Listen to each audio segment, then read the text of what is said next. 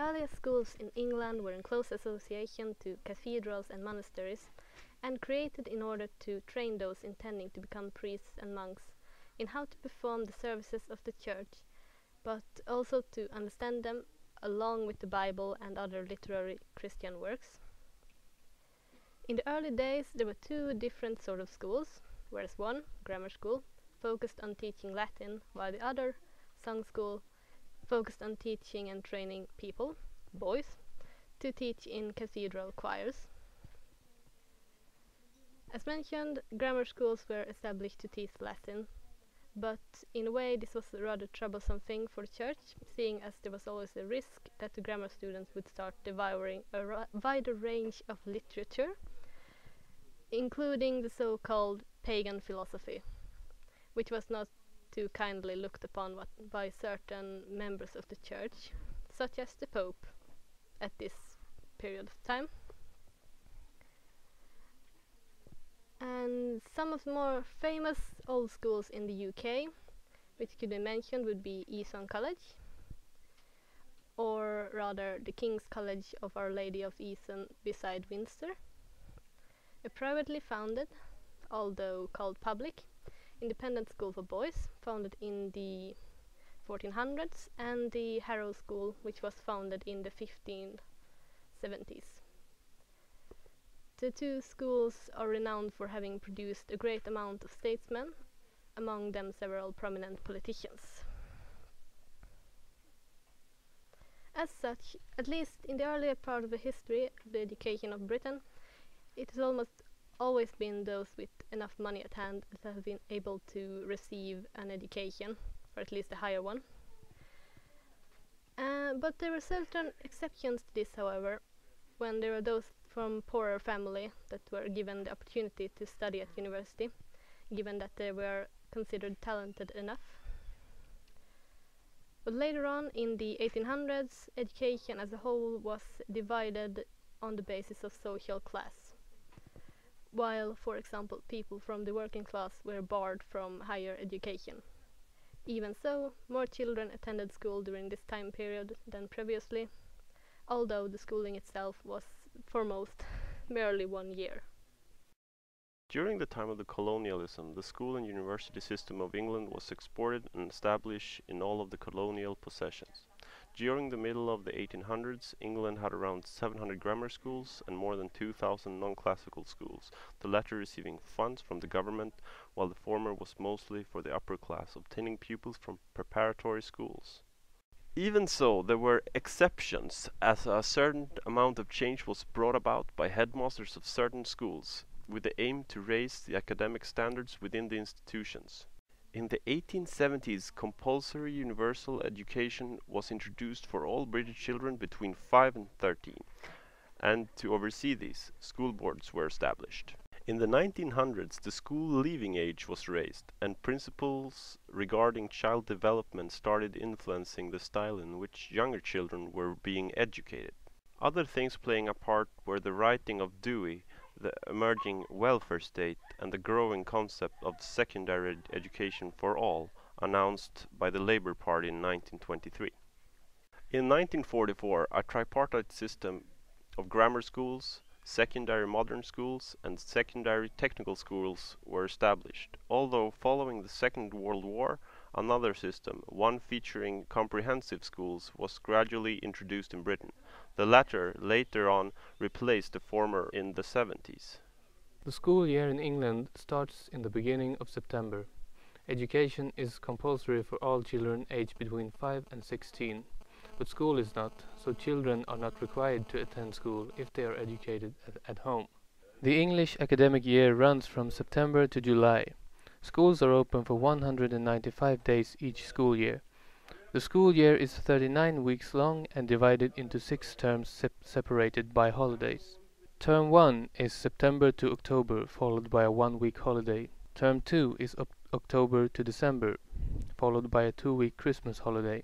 Term 3 is January to February, followed by a 1-week holiday. Term 4 is February to March, followed by a 2-week spring holiday. Term 5 is April to May, followed by a 1-week holiday. And Term 6 is June to July, followed by a 6-week summer holiday. There are three main education stages. Nursery school is a school for children between the ages of 3 and 5 years, staffed by teachers and other professionals who encourage educational play rather than simply providing childcare. Primary school is a school for children between the ages of 5 and 11 years. It's divided into two stages: Key Stage 1, ages 5 to 7, and Key Stage 2, ages 7 to 11. Secondary school is a school for children between the ages of 11 to 16 or 18. It's divided into Key Stages 3, ages 11 to 13, and Key Stage 4, age 14 to 16. After the age of 16, compulsory education ends, and young people can decide whether to continue their studies further or leave the education system. If they want to study further, they can go on to something called sixth form college, which is 2 final optional years. It's common that students attend this form. There are various ways that students can carry on their education at sixth form level. For example, they can stay at the existing school if it has a sixth form and carry on their studies there. Or they can leave their existing school and go to study at a specialist sixth form college. Or they can leave their existing school and go to study at a general college of further education. Tradition of school uniforms. Great Britain has a well-known tradition of school uniforms, which many Commonwealth countries also are having today. These countries were ruled before by Great Britain. According to the National Encyclopedia, the definition of a school uniform is a common costume that was started to be worn in the end of the 18th century in Great Britain.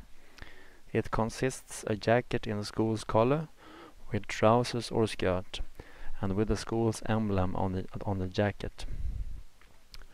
Blazer is one of the first jackets that was known in school uniforms, and it's still very common. The picture here is a blazer. Eton is one of the most famous boarding schools in England. This picture is on a student that studies there. Eton was founded in 1440. Every student at Eton should have 2 tailcoats.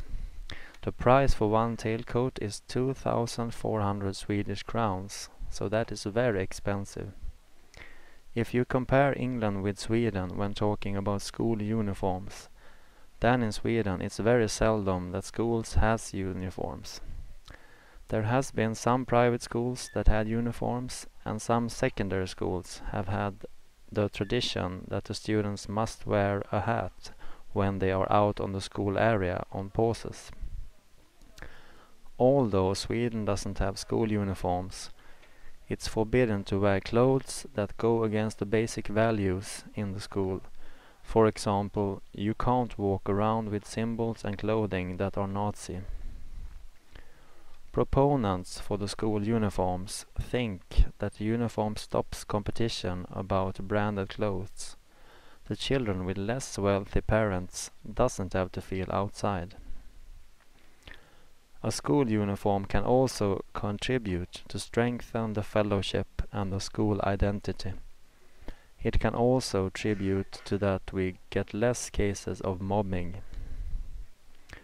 Opponents to the school uniforms says that it's an interference with the personal freedom to choose your own style. I will be talking about school lunches and health, which has been an area of concern for the Department of Education in Britain. Obesity is a major problem concerning Britain. Therefore, the government has during the last decade taken actions in changing the eating patterns at British schools. Comparing a Swedish school canteen with one in England, you will find many differences both in what is served and what pupils choose to eat. I was at a school in Scarborough the fall of 2007 and investigated the school lunches. After interviewing the staff in the canteen as well as pupils, I was able to make a clearer picture on how and why British school lunches differed so much from the ones we Swedes are familiar with. In Britain, lunch is more similar to a Swedish snack. It normally consists of a sandwich, a bag of crisps, and perhaps a chocolate bar.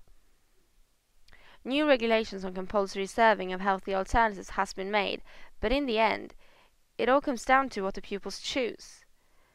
The cafeteria in the school in Scarborough functioned as a privately owned restaurant. Each student paid for the food, which forced the cafeteria to serve items and passes that the pupils favoured. This resulted in a massive selection of unhealthy snacks, cupcakes, candy, crisps, etc. In Sweden, we're used to school lunches being a warm and cooked meal containing all 4 food groups. The School Food Trust started in 2005. The trust was given £15 million of financing from the Department of Education to educate pupils and staff about healthy food and to make nutritious meals a natural part of British life. This has resulted in healthier alternatives, as I mentioned, but also an increased awareness of unhealthy foods and attempts to make these alternatives healthier by reducing fat and sugar content. The future is looking bright, and one man in particular can take a lot of credit for these changes that has been made. Celebrity chef Jamie Oliver has during the last decade been highly passionate about changing school lunches and spread the word through nationwide campaigns. Now he has taken on America, hoping to get the same results.